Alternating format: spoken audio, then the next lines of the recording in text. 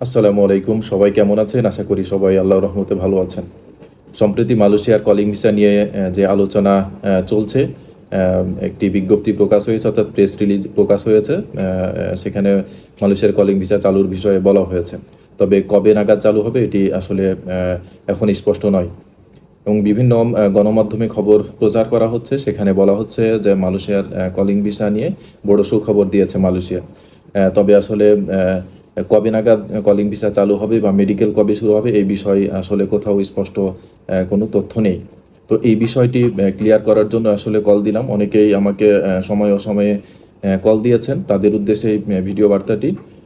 তা কেউ যদি এটি প্রয়োজনীয় মনে করেন, অর্থাৎ এই ভিডিওটি যদি কারো কাছে অপ্রয়োজনীয় মনে হয়, তাহলে ভিডিওটি এড়িয়ে যেতে পারে এবং প্রয়োজনীয় মনে হলে আপনি সম্পূর্ণ ভিডিওটি দেখে আপনার মন্তব্য জানাতে পারেন। বাংলাদেশের অন্যতম শ্রমবাজার মালয়েশিয়া দীর্ঘদিন ধরে দুর্নীতি ও দুদকের সব মামলার জুড়ে বাংলাদেশি শ্রমিক নেওয়া বন্ধ রেখেছে দেশটি। আসলে সমস্যা সমাধানে দ্বিপাক্ষিক আলোচনায় শ্রমিক নিতে একমত হলেও মালয়েশিয়া কিছু শর্ত জুড়ে দিয়েছেন। সংকট সমাধানে সম্প্রতি মালয়েশিয়া দুই দেশের একটি বৈঠক অনুষ্ঠিত হয়। প্রবাসী কল্যাণ ও বৈদেশিক কর্মসংস্থান মন্ত্রী আরিফুল হক চৌধুরীর নেতৃত্বে বাংলাদেশ থেকে একটি প্রতিনিধি দল মালয়েশিয়ায় গিয়েছিল, এটা আমরা সবাই জানি।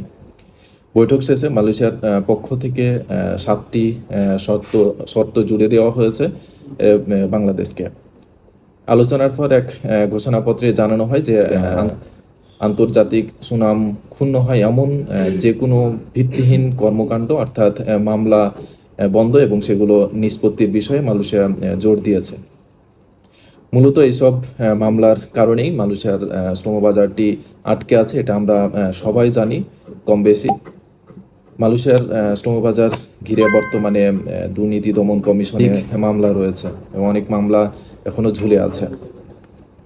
দীর্ঘদিন ধরে আইনি জটিলতার মারপ্যাচে থাকলেও পুনরায় মালয়েশিয়ার শ্রমবাজার সচল করতে বর্তমান সরকার কার্যকর উদ্যোগ নিয়েছেন। আশা করি খুব শীঘ্রই কলিং ভিসা চালু হবে। তবে কবে চালু হবে আরও একটি স্পষ্ট করে দিচ্ছি। উভয় দেশ আসলে শ্রমবাজার খোলার বিষয়ে সম্মত হয়েছেন। তাই আশা করি বর্তমান সরকার মামলা নিষ্পত্তির বিষয়ে কাজ করছেন এবং তারা মামলা নিষ্পত্তির বিষয়টি মাথায় রেখেই তারা আসলে শ্রমবাজার খোলার বিষয়ে সম্মত হয়েছেন উভয় দেশ, এমনটি আশা করছি আমরা। এবং এটি হচ্ছে মূল বিষয়। এখন আসলে যত দ্রুত মামলা নিষ্পত্তি করা সম্ভব হবে, তত দ্রুতই নতুন করে দেশটিতে শ্রমিক পাঠানো সম্ভব হবে, বাংলাদেশি শ্রমিক যেতে পারবে। এখন এই সকল মামলা নিষ্পত্তি করতে প্রায় 1 থেকে 2 মাস সময় লেগে যেতে পারে এবং চলতি বছরের মাঝামাঝি মালয়েশিয়া শ্রমিক নিতে চায় বাংলাদেশ থেকে, এমনটি আসলে জানিয়েছে। অর্থাৎ মামলা যত তাড়াতাড়ি নিষ্পত্তি হবে শ্রমবাজার তত তাড়াতাড়ি খুলবে, এটি হচ্ছে মূল বিষয়।